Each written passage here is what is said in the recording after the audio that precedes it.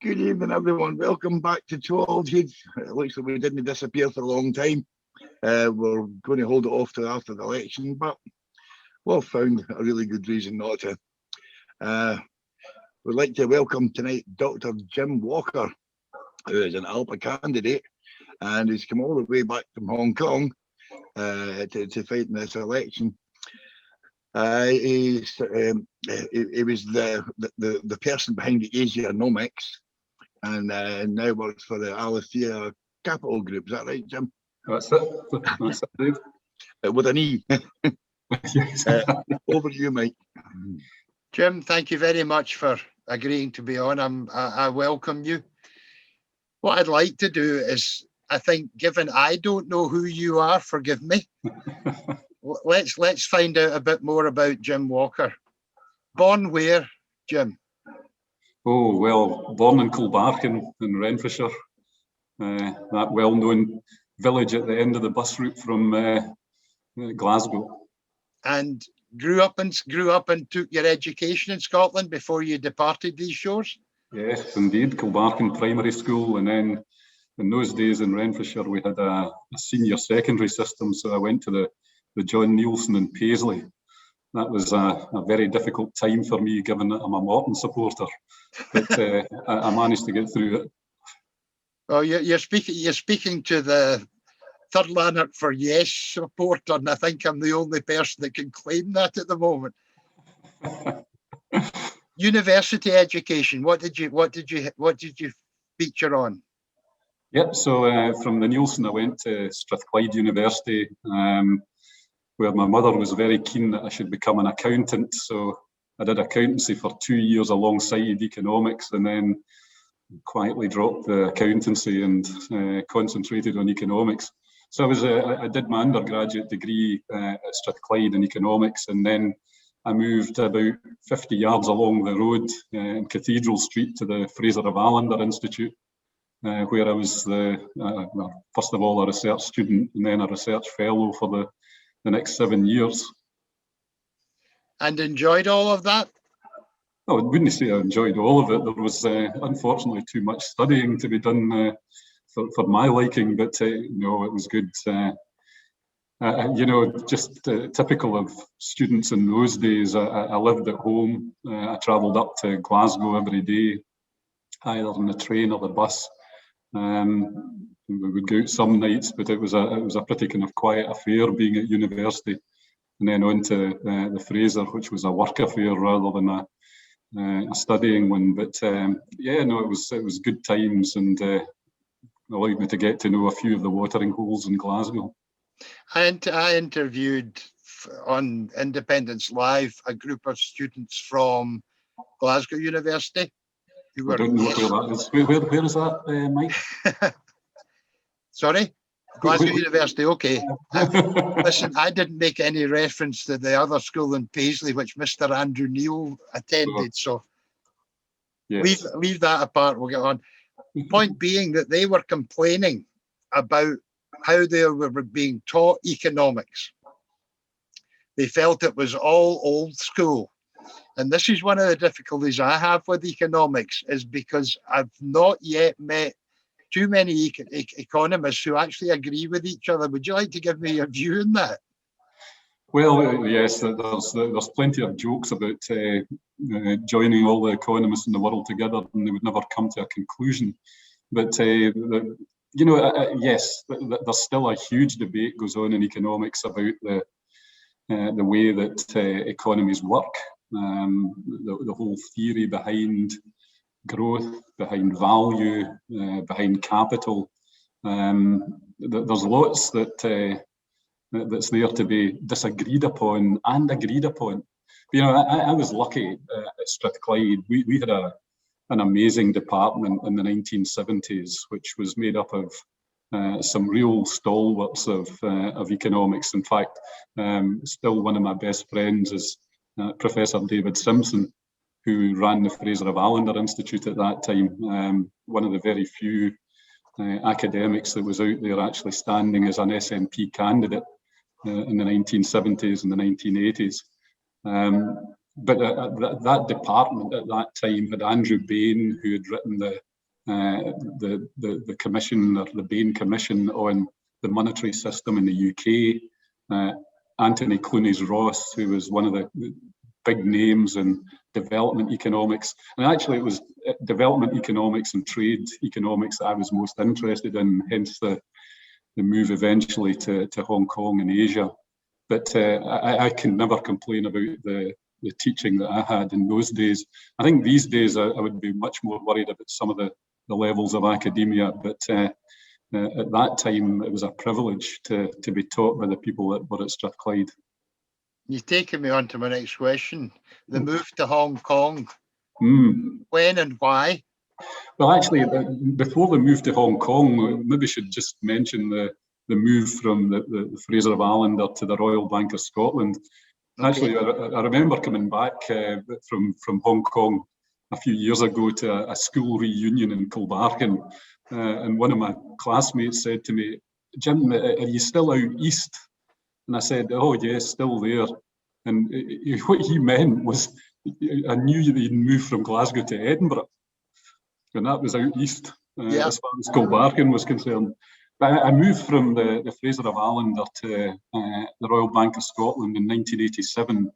I think it was probably about September 1987 that I joined the Royal Bank as the direct result of somebody leaving. And that somebody that left the Royal Bank of Scotland was a guy called Alex Salmond, who had been elected in June of 1987 to Banff Buchan. There you go. The chief economist at the Royal Bank, the Royal Bank, customer of ours, a client of ours at the Fraser in those days in the business forecasting service.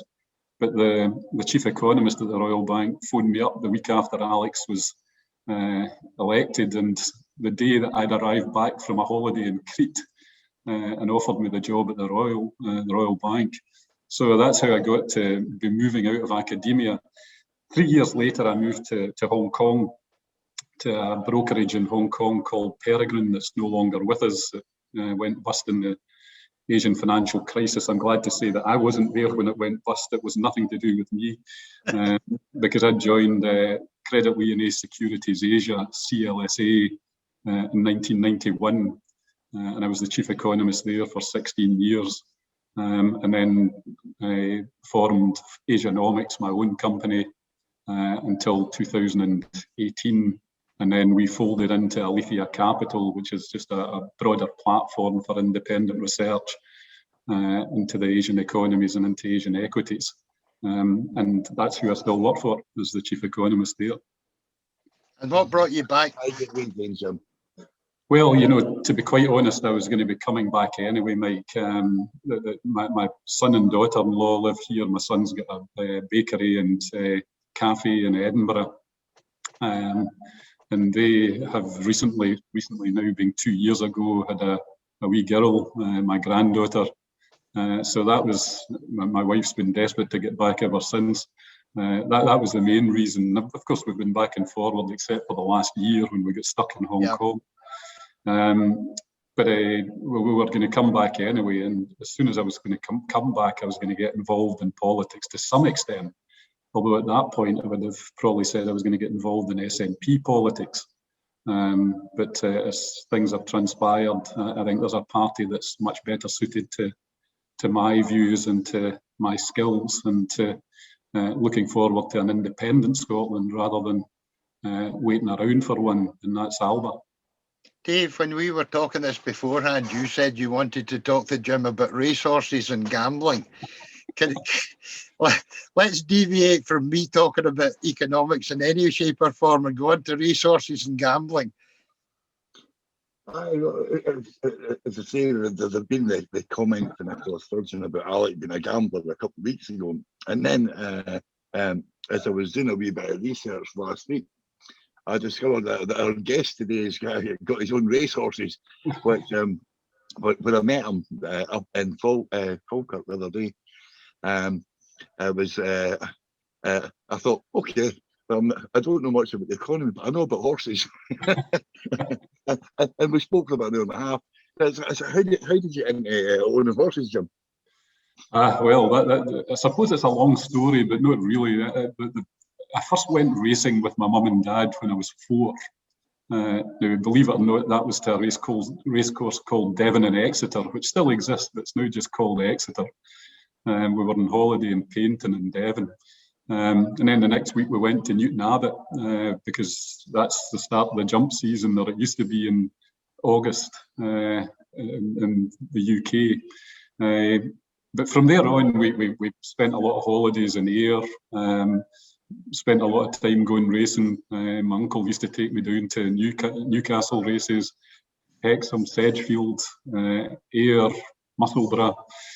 All of these places were on my list. I mean, I probably hated it when I was 5 or 6 because my dad was watching it in the telly on a Saturday afternoon all the time. But you catch the bug. And when I came back for 4 years, between 1998 and 2002 to Scotland, because CLSA at that time was doing global emerging markets. I was fortunate enough to have enough money in the bank to buy a racehorse. I had horses with Linda Perrott, and then some horses with William Jarvis over the years, and now Mark Johnson. I've had horses with Jim Goldie as well. So just lucky that I've been able to earn enough money to buy horses and spend money on the passion that I've had for, well, now 6 decades. So you've been giving that all any tips? Well, look out for my favourite racehorse is one called Alba Rose, but that's because I called her after my granddaughter, not after the party. But, you know, I just want to say one thing, Dave, and we didn't talk about this when we met up earlier this week. But you know, when Nicola Sturgeon criticised Alex for being a gambler, it really kind of made me step back, because you know, the most disciplined people I know are gamblers. They do not have indiscipline. Punters are kind of indisciplined. I'm a punter. I maybe put 20 quid in a race. If my own horse is running, I might put a wee bit more on, but not much more than that. And I can afford £20 in a race. But, you know, gamblers study. They look at things closely and carefully. And real gamblers will often not have a bet today, next week, the week after, until something comes up on their radar screen that they're ready to put a lot of money on because they think it's a very, very good shot. These guys and girls have nerves of steel that are doing real gambling. And if Nicola Sturgeon thinks that calling somebody a gambler is a criticism, she actually doesn't understand what a gambler is. Let me try and chuck in my 2 pence worth of gambling. At the age of 16, I was employed selling deck chairs or hiring out deck chairs in Prestwick. And one of my pals, when Ayr races were on, was a wine waiter in one of the hotels. And we always got tips from the jockeys as he dispensed the wine quite fluidly. The best one we ever had, once 3 of us got together and we put £9 on something from memory, which was 33-1, and it won. That was some weekend, I'll tell you. I can imagine. I would still be celebrating. Jim, let me try and take you on. Sorry, Dave. You mentioned Devon and Exeter. Right. When I was 17, I used to mark a board on the bookies. It's the shortest course in the UK, isn't it? It's a small round course. Now, you know, that's a good question, because I know that Devon and Exeter and Newton Abbot are the polar opposites. One's very, very sharp and round, the other one's big and galloping. And for the life of me, I can't remember which one it is, Dave, but you're probably more in the know there than I am. It might well be Exeter now. I suppose you were a bit young when you visited. Four is stretching it a wee bit for me, and most of my horses are flat horses, remember, rather than jumpers. I'm not looking. If I get a jumper, they've got onto the wrong track. Put it that way. It wouldn't be the first time. No, it wouldn't be the first. Hi, Mike. What are you saying? What I was going to do was the people who are watching this just now will be wondering why we've got a world famous economist on and we're not talking about things like currency, etc. Before we started recording, let me tell everyone that we have asked for a commitment from Jim, which we've obtained, to run a series of Twa Auld Heids. There'll be other guests involved as well. We will start digging into some of the factors that are important and we need to prepare for, whether it's currency, whether it's economics, whether it's growth. And I'm delighted to say Jim's agreed to do that. So to kick that off, Jim, let me try and do something. I mentioned just now that I grew up in Prestwick. I was born in Glasgow and I'm a proud Glaswegian. But one of this, just to take this, I want to use the phrase that we're all actually used to as once in a generation. Now we're seeing that getting thrown at us, but I want to deal with it in a different way. If someone watching this, younger person, say 20 or 25, they were only 8 or 12 when the financial crash in 2008 happened. How do they see the financial crash? Do we have to teach them how to do that? I want to use a second bit and take it back even further. When I grew up in Prestwick, you didn't drive round Prestwick Airport. There was actually a level crossing across the runway to get to Moncton. At that time, there was a United States Air Force base in Prestwick. And I got most of the American comics in advance of everyone else in the UK by going to that base.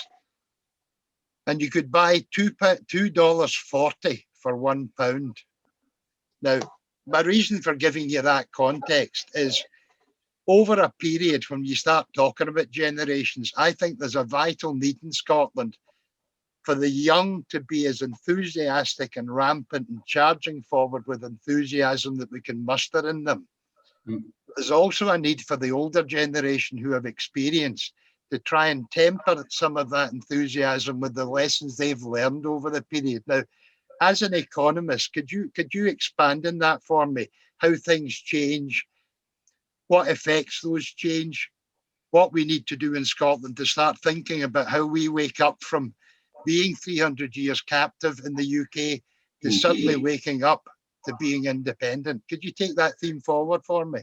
Yeah, well, you know, the first thing that struck me when you were mentioning that there, Mike, was the $2.40 to the pound when you were at Prestwick Airport. But I actually remember another generation, my uncle, and my mum and dad were a bit older when they had me, so he was a relatively old man when I knew him. But he occasionally referred to a dollar. And what he meant by that was, and it used to be a coin in the UK called a crown, was 5 shillings. Because what he'd grown up with as a boy and then had gone to work in the United States at Bethlehem Steel was $4 to the pound. That's what it used to be. And 5 shillings, there were 20 shillings in a pound. 5 shillings was $1 to all that generation. And then, of course, as you say, the generations change and we come up to date. Things really began to change on that front and with the economies in 1971. Because if we were looking at the history of Scotland and its history in terms of currency and relationships to other countries, there wasn't that much international trade probably before the Industrial Revolution, but taking it from around about the start of the 19th century to 1971, the two countries and the UK state were on the gold standard, and currencies didn't move very much around about that. So there was stability in currency performance almost right through those 200 years.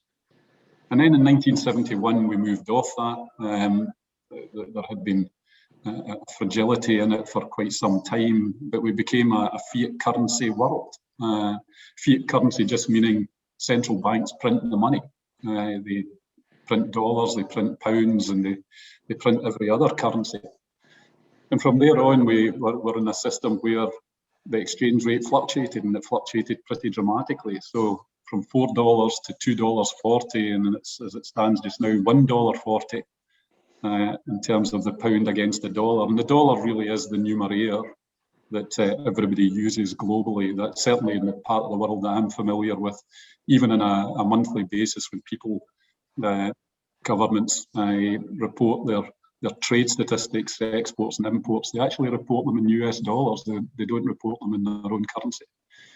So it's a very changed world. And it's a very, very changed world since the financial crisis that you've just mentioned in 2008. That point, now, a lot of people didn't see it coming. Certainly Gordon Brown didn't see it coming, because I think a year or so before 2008, Gordon Brown was telling us that there were no more booms and busts, which shows you what you get when you put a historian in as the Chancellor of the Exchequer. They become clueless. But the truth of the matter was that in terms of our economics, and you mentioned about the fact that economists don't agree with each other, we put out a series of reports at CLSA. I was the chief economist there at that time, that instead of our usual yellow covers, had dark grey covers, because those reports were called the apocalypse reports, about the run-up to the financial crisis. And the reason that we had them there was that our type of economics was saying this is a disaster in the making. Central banks have really made a mess of this.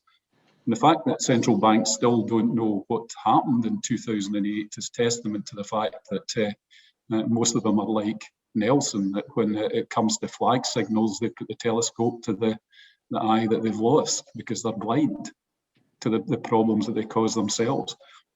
Now, in terms of educating youngsters, it's going to be a hard job, because many youngsters that you've just mentioned, and not just youngsters, now we're talking about folk in their 30s, basically, who probably don't remember interest rates being above 1%.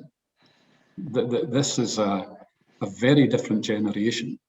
Never mind the political stuff that we're all aware of, but in terms of economics, and it's going to be some, I'm afraid, hard lessons coming over the course of the next 10 years. Hence the reason that I'm totally committed to ALBA as a vehicle to Scottish independence. Alex Salmond and the people in ALBA get it, to the extent that we need independence now. We need every available tool in the box to fight what's coming. Never mind what's already been. Never mind the pandemic. We'll never recover from the pandemic if we don't have independence, let me tell you. Because we'll be stuck with a country that has made an absolute mess of running the economy for the last 20 years. And if you think that they can all of a sudden see the light at the end of the tunnel, you're a much braver person than I am. What Scotland needs now, and what would be a big benefit, because it's a small country, is the ability to use the tools that are available, whether it's monetary, fiscal or exchange rate policy, to actually affect recovery and to plan and get ready for the future, which is going to be tough. I listened to a discussion between Paul Krugman and Ezra Klein. It was a New York Times thing. And their overall conclusion matches what you've just said, with one addition, I think, which was that the economy that we now deal with worldwide is vastly different and is going to change even more in the next 10 to 20 years, particularly on the basis of the World Wide Web, internet access, things we are doing just now. Normally, if I wanted a meeting with you, Jim, if we went back 10 years, I'd be saying, when can I meet you in Edinburgh or a Cockbarkin or whatever? Yep.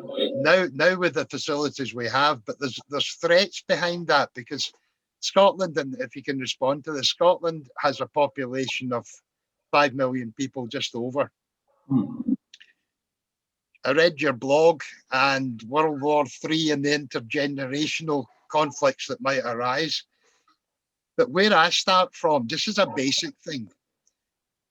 Simple statistic, 45% of the population of Scotland do not pay income tax.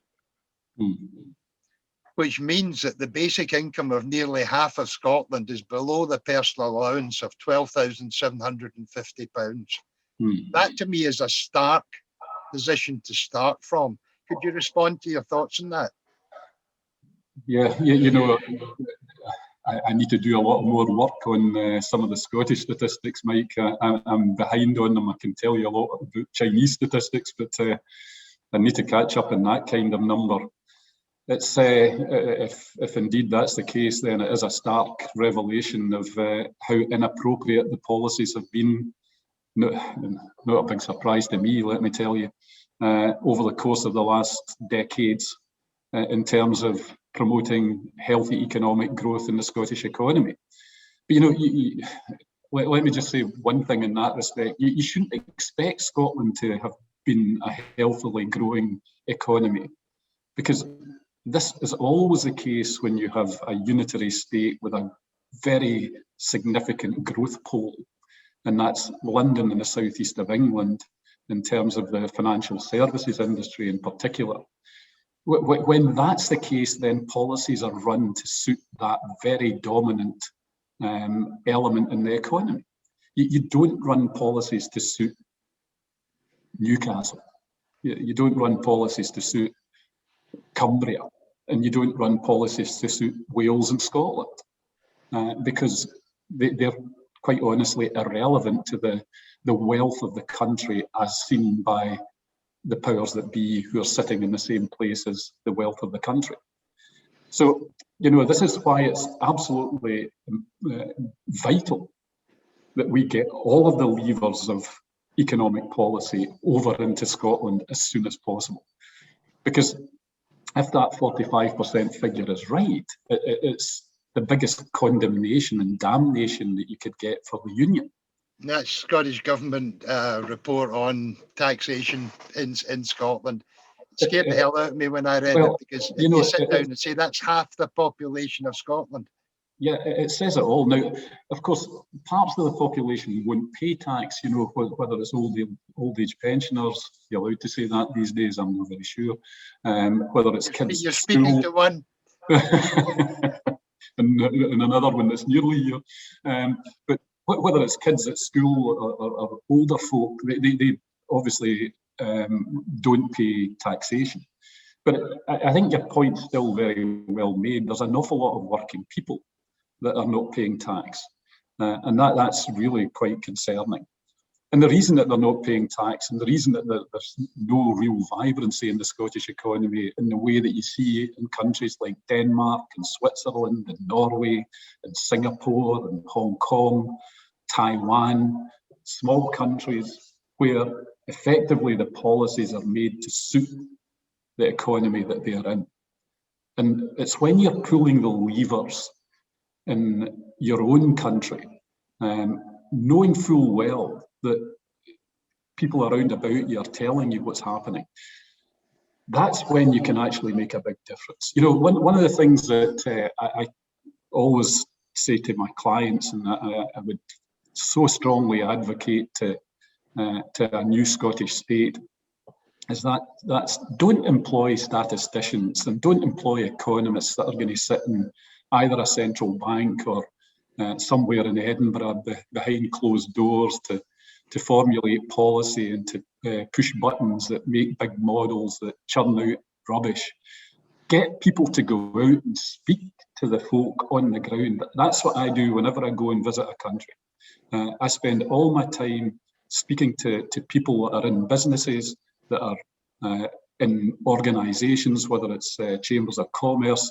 I go and speak to the governments and the central banks as well, but I speak to journalists. You've got to get out and speak to people and find out what's happening in the economy. That's the best economic information that you can possibly gather.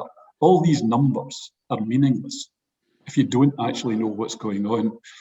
And the more you break down the size of countries into units that are close to government, in the sense that government can go out and speak to them, the better chance you've got of formulating policies that will be meaningful for the country and actually help it really grow. I can't remember now, Jim, when we were talking about asking you back and running a series. whether we talked about the quality of politicians that we have, and whether we need ordinary people involved in asking the questions of experts so that they form their own basis of judging. I'll give you one quick example of this.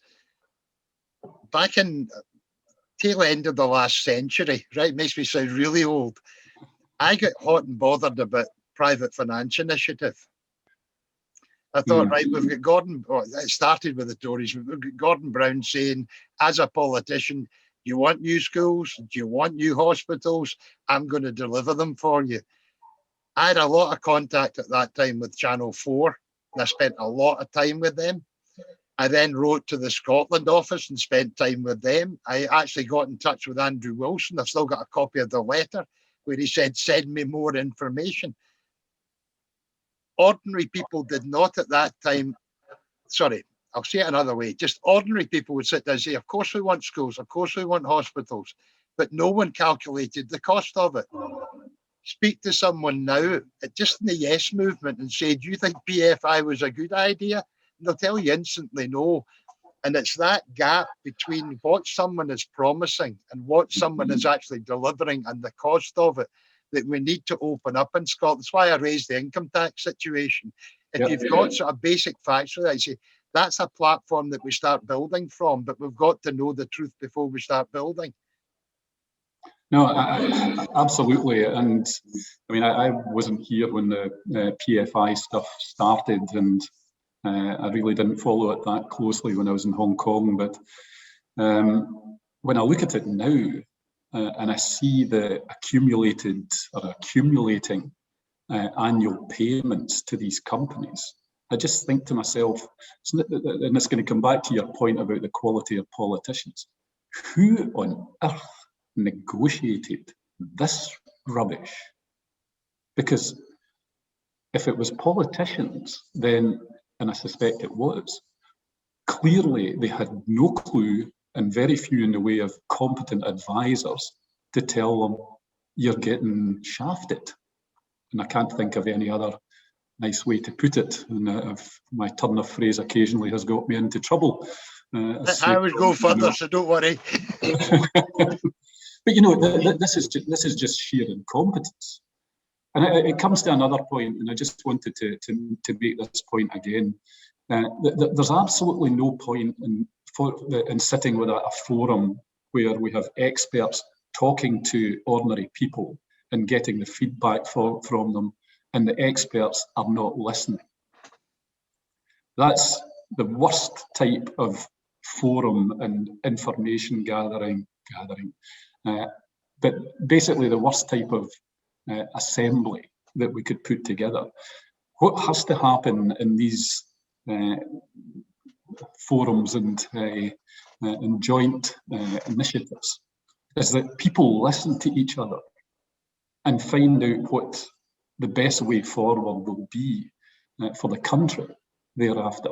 Too much of the political stuff that I see, I mean, it drives me nuts coming back over here. Now, listen, I've spent the last 20, well, actually 30 years mostly in Hong Kong, and you've got the politics there is just so dire that it's unbelievable. But coming over here, it just drives me nuts to watch the debates and the contributions from politicians of all sorts in the Scottish Parliament and in the UK Parliament. And they're not interested in answering a question. They're not interested in listening to a question. They're not interested in hearing what anybody else has got to say. It's soundbite, soundbite, soundbite, soundbite. And we'll never get anywhere as a country with that kind of attitude. You know, I've been a big advocate over the years of adopting a Swiss-style system for Scotland and independent Scotland. This is not Alba Party policy, it's just my view. The Swiss have part-time politicians and they have an executive of 7 people, and nobody knows who the Swiss president is just now, I bet you. I can't remember his name, and I used to know it because I looked it up a few months ago. But the fact is that politicians are extremely unimportant people in Switzerland. That's the kind of Scotland I want. It also takes you into the regional differences in Scotland, Jim. Absolutely. If you're sitting in Orkney, you've got. It's a funny thing. I went up to Orkney to do a discussion up there, and then when you're talking about currency, because it's true of Fort William as well, because they've got cruise ships coming in, the shops are adapted to different currencies. And we have this big issue about currency because forgotten his name now, the old chancellor that said no, you can't have the pound, whatever his name George was. Osborne. Yes. And you sit down and say, well, okay, you've landed that as the object we've all got to discuss, but it's virtually irrelevant to the fact that we've got to look at deeper things like regulation, like competition, like growth factors, the levers you talk about. Let me go on just to move one particular subject up. Nicola Sturgeon has now said that the Sustainable Growth Commission document that Andrew Wilson produced is archaic. It's no longer relevant. There was one factor in that I just completely disagreed with, and it's the big word debt, which underlines an awful lot of what we're talking about, and the suggestion that we should make an annual goodwill contribution to the UK debt. Can I ask you as an economist what your response to that suggestion is? Should we pay part of the UK debt here and after? Well, my argument and my case here is that I don't really understand what people are asking for in this respect, because what I get I told you earlier, I did 2 years as an accountant at university.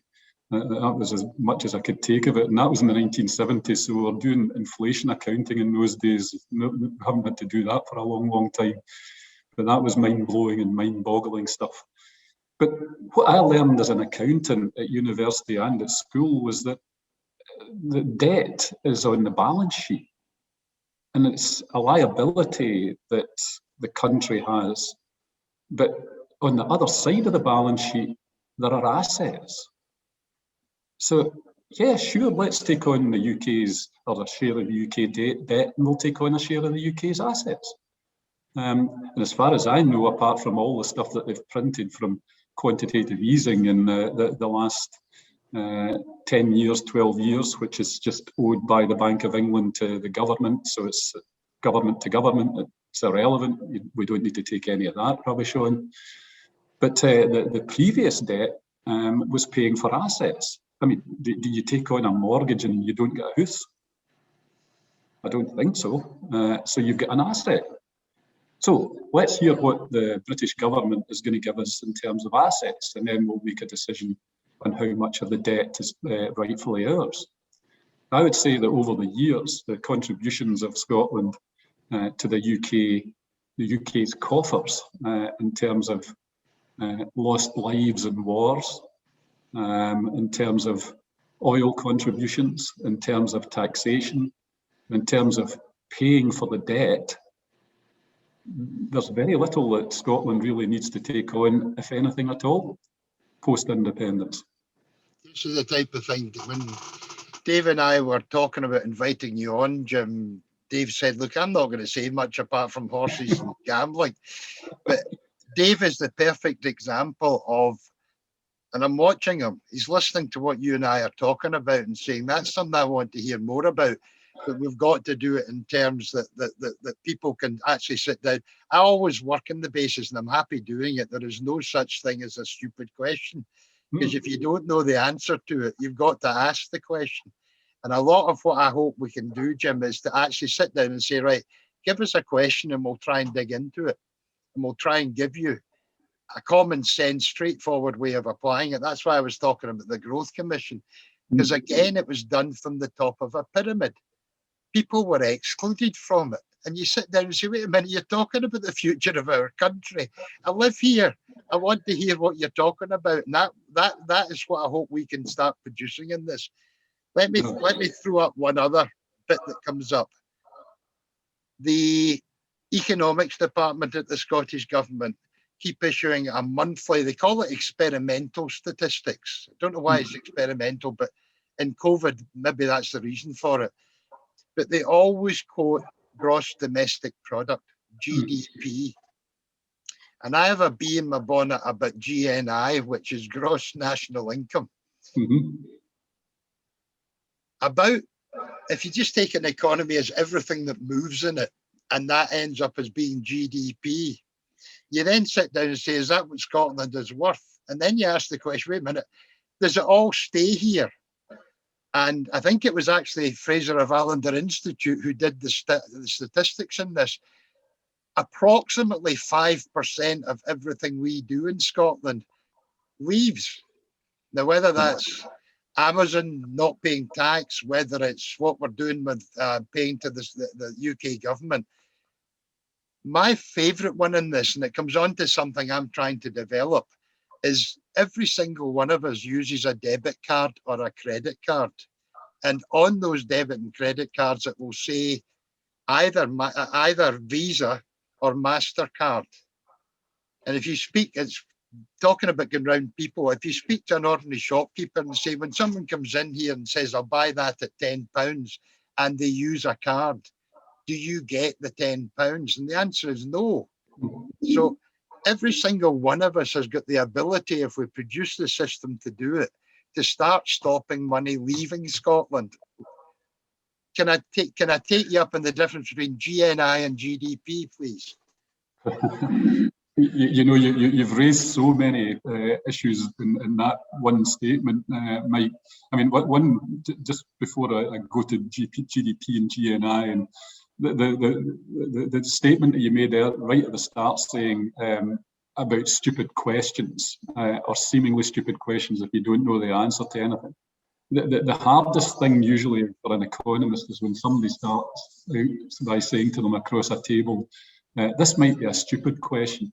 In other words, this is a question about the basics of what you've been telling me that you haven't explained because you've been using economist language rather than ordinary language, and therefore I've missed it.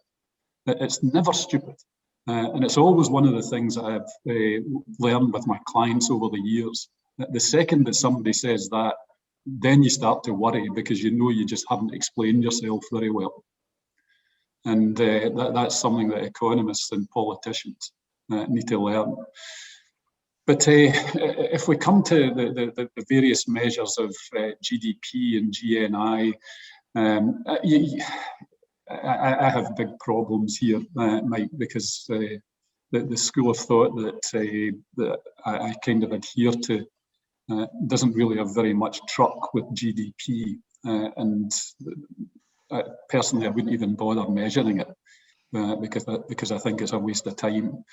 People don't actually realise what statisticians are doing with things like GDP. You know, from, can't remember exactly, but I think it was about 1956 that, for example, the manufacture of automobiles was first included in GDP, despite the fact that cars had been around for the whole century.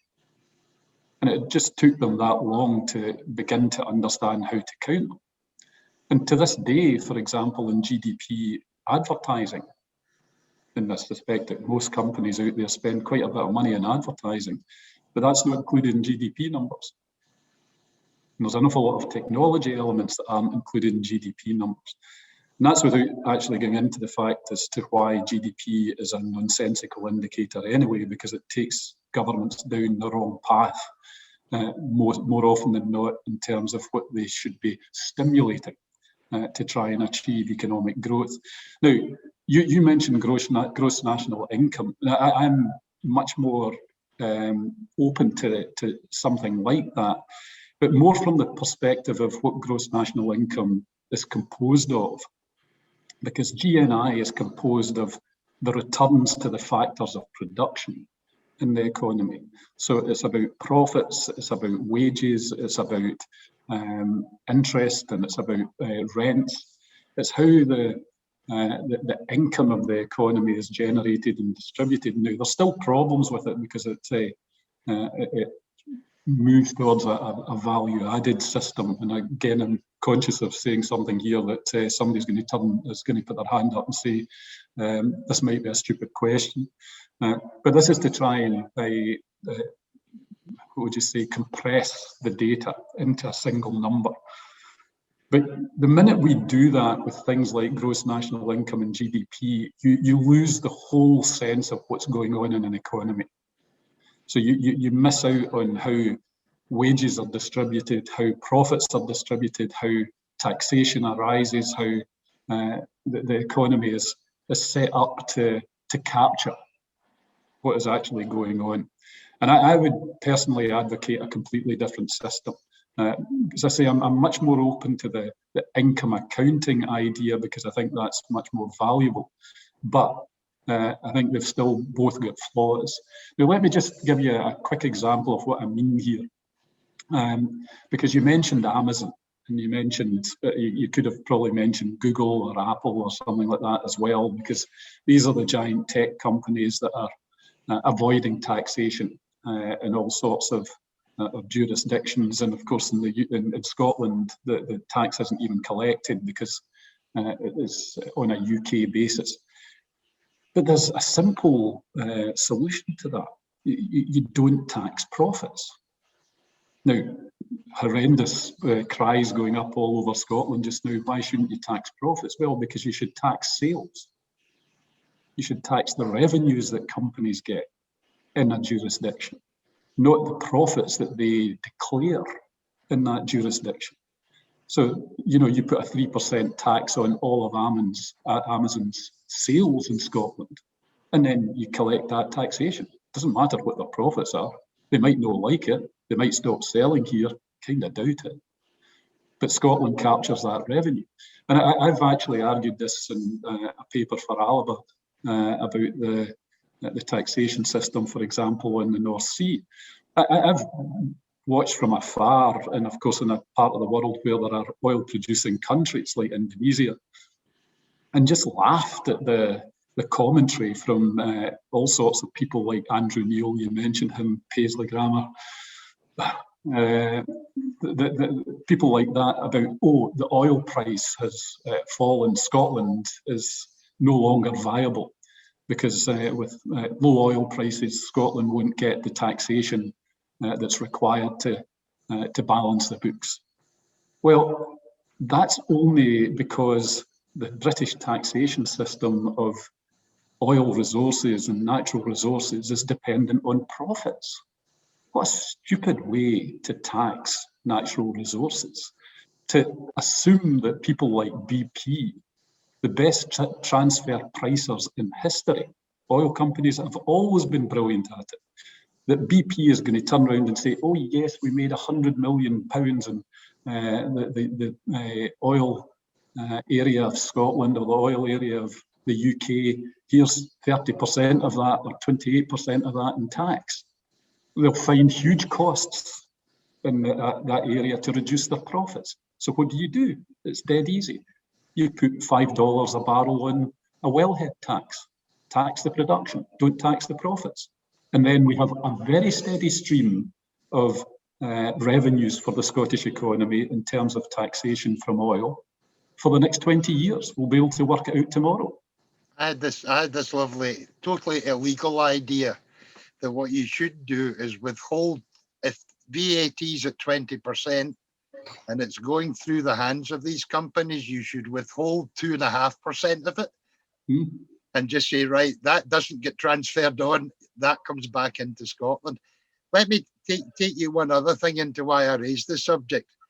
You think of the diaspora of which you were part, Jim, in Hong Kong, around how much goodwill exists for Scotland around the world, and where is that accounted for? That's one of the strange things when you start talking about GDP, etc., that things like goodwill of a company or goodwill of a country are not measurable, and yet it's one of the most tradable. And I think for future Scotland is certainly one of the most important things we've got to trade, which is the goodwill that people have for us.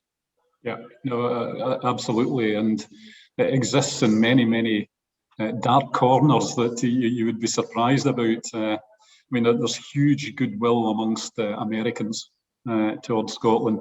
It's not saying this from my own perspective, but the one country in the world that you can go to as a Scot and open your mouth and people will almost fall down at your feet saying, "Oh, I love your accent," is the United States. You never get that in London, let me tell you.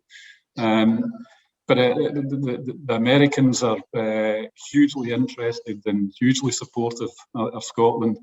In different parts of Asia, it's a very, very well recognised brand. Now, it's a brand for kind of pretty obvious reasons. It's whiskey, it's golf, it's scenery. But, you know, they're well aware of Scotland, and they're well aware that it's different.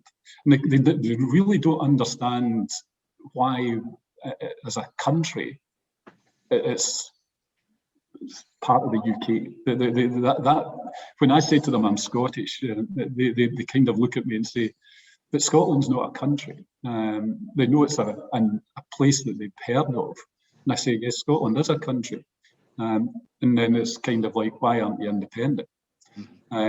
So, you know, I would say there's huge amounts of goodwill. There's huge recognition of Scotland right round the world. The people I've spoken to all my life, or all my working life, are certainly in that boat. And there's lots more that they don't know about the country than they know that would absolutely captivate them. David Llewellyn, you've been rampaging all over Scotland for Aletheia, and Jim wants to know what you've got in store for him as a candidate for election. Dave, what's happening?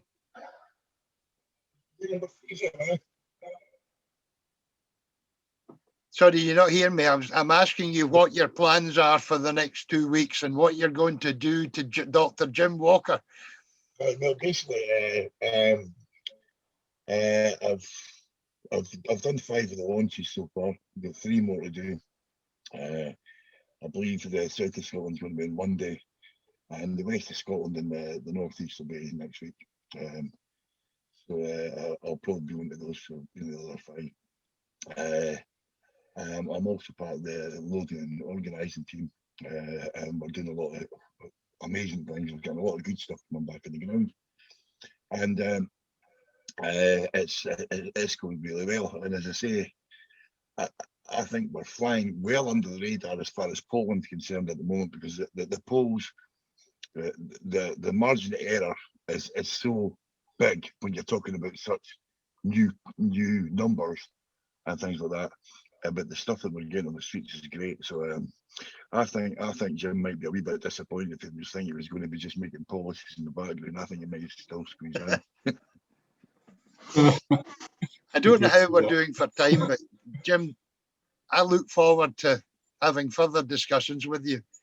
I hope those that are watching the program start thinking of the questions that we can start looking at, because the one thing of which I'm absolutely sure is we need an awful lot of preparation to be done, and your help in talking and discussing the things that are important in economics, I think, is absolutely crucial. Well, thanks, Mike. And I mean, I think economics is crucial as well, but I've got a vested interest in it. But anything I can do to help, I'm going to be here to help. And thanks very much to you and to Dave for giving me a chance to explain a wee bit about myself and a wee bit about what we're thinking in Alba and what I'm thinking myself. I don't attribute all these policies to Alba, but I'll try and get there. I think basically, I mean, the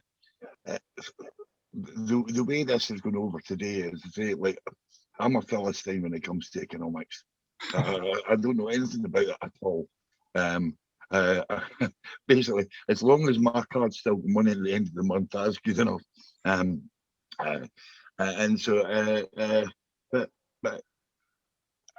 I think because people are going to be asked these questions on the doorsteps, we need to have some kind of understanding about what's going on, or at least be able to point people to where they can see something they can understand.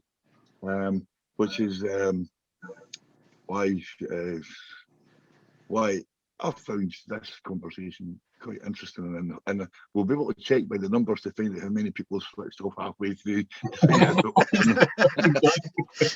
You're hoping we get to halfway through. The only thing I would add to that, Dave, is very simply it's for people to participate in, not just to ask the questions, but actually to say, wait a minute, I could change that. I could do something with that. And we've got to give people the opportunity. Before we started recording, I made the comment that as far as I'm concerned, Rip Van Winkle is the example we could use. 300 years ago, Scotland, a lot of things have happened in the 300 years, whether it's the slave trade, tobacco coming in, whatever it happens to be. But basically, Scotland is going to wake up in independence. And we've got to have the place prepared for what happens thereafter. It's absolutely crucial. And Jim and everyone else that wants to take part, let's participate in the thing. Let's just genuinely, straightforwardly sit down and have a discussion and say, this is a problem. How do we start solving it? That's my wish. I'm bang there with you, Mike. That's my ambition. Well, that's great. Thanks very much for coming along, Jim. It's been good talking to you, and looking forward to hearing more. Probably not, Dave, but I'll try and give you a few tips as well. Stay on the line after I stop recording. I'll talk to you about that. Thanks for tuning in, guys. We'll talk to you later. Bye, everyone.